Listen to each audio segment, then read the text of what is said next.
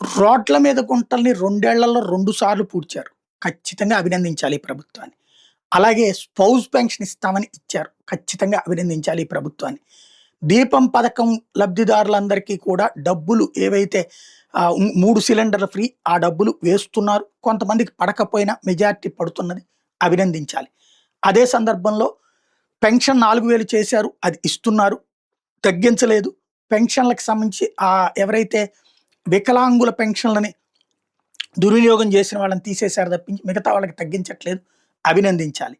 ఇంకొక వైపున ఏదైతే ఫస్ట్ ఇయర్ ఇవ్వకపోయినా రెండో ఏడాది ఈ విద్యార్థులకి ఇచ్చారు. అమ్మఒడి బదులుగా ఇస్తానని తల్లికి వందనం అభినందించాలి. ఇప్పుడు ఇక ఇవ్వనటువంటి వాటిట్లో నిరుద్యోగ భృతి గురించి నేను ఎక్కువగా ఫీల్ గాను కూడా. ఎందుకంటే అది ఇవ్వడం కూడా లెక్క కట్టడం కూడా కష్టం. ఎందుకంటే ప్రతి ఒక్కళ్ళు ఏదో ఒక పని చేసుకు బతుకుతారు. యాజ్ ఫర్ నామ్స్ అయితే ఏ పని చెయ్యని వాడు, ఏ పని చెయ్యని సోమరిపోతులు ఎవరు ఉండరు నాకు తెలిసి ఇవాళ రోజున, అందులో మన ఆంధ్రాలో. కాబట్టి అక్కడ నిరుద్యోగ భృతి వర్తించదు. ప్రభుత్వ ఉద్యోగం లేకపోతే నిరుద్యోగ భృతి అంటే అందరికి ఇచ్చుకోవాలి, 195 మంది. కాబట్టి అది కాదు. దాని మీద పెద్దగా ఇంపాక్ట్ ఉంటుంది అనుకోను. వస్తే పార్టీ కార్యకర్తల కాళ్ళకి 4 డబ్బులు వస్తాయి, అంతకు మించి ఏం లేదు.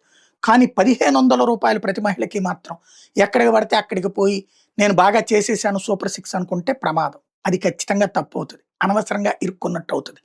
ప్రజల్లో అది అనవసరమైన అసంతృప్తిని రేకెత్తించినట్టు. మిమ్మల్ని అందరూ లక్షాధికారులు చేసేసాననే మాటలు వద్దు. అలాగే రోడ్లు అస్సలు లేకుండా ఉన్నటువంటి చోట్ల వేయడం, బాగా నాశనమైన రోడ్లని పర్ఫెక్ట్గా వేయడం ఇప్పుడు సీరియస్గా తీసుకోవాలి. ముందు లంచం లేందే కంచం ముట్టనటువంటి ఉద్యోగులని కంట్రోల్ చేయాలి. అలాగే ప్రతి పనికి దోచుకునేటటువంటి వ్యవస్థను కంట్రోల్ చేయాలి. ఆ వ్యవస్థలు అదుపు తప్పుతున్నాయి. అట్లాగే మద్యం మత్తులో విచ్చలవిడిగా తాగే తాగుబోతుల్లో చంద్రబాబుని చూస్తారు, లోకేష్ని చూస్తారు, పవన్ కళ్యాణ్ చూస్తారు, రేపు పొద్దున స్థానికులు. ఎందుకంటే తన భర్తని తను తిట్టలేదు, తన కొడుకుని తను తిట్టలేదు ఏ తల్లి కూడా.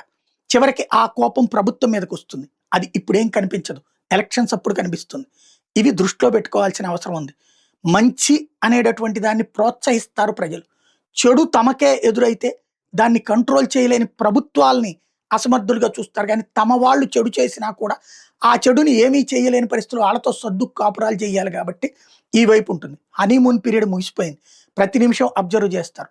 మాటల్లో దురుసుతనం, మాటల్లో దుర్భాషలు కంట్రోల్ చేసుకోవాల్సిన అవసరం కూడా ఉంది.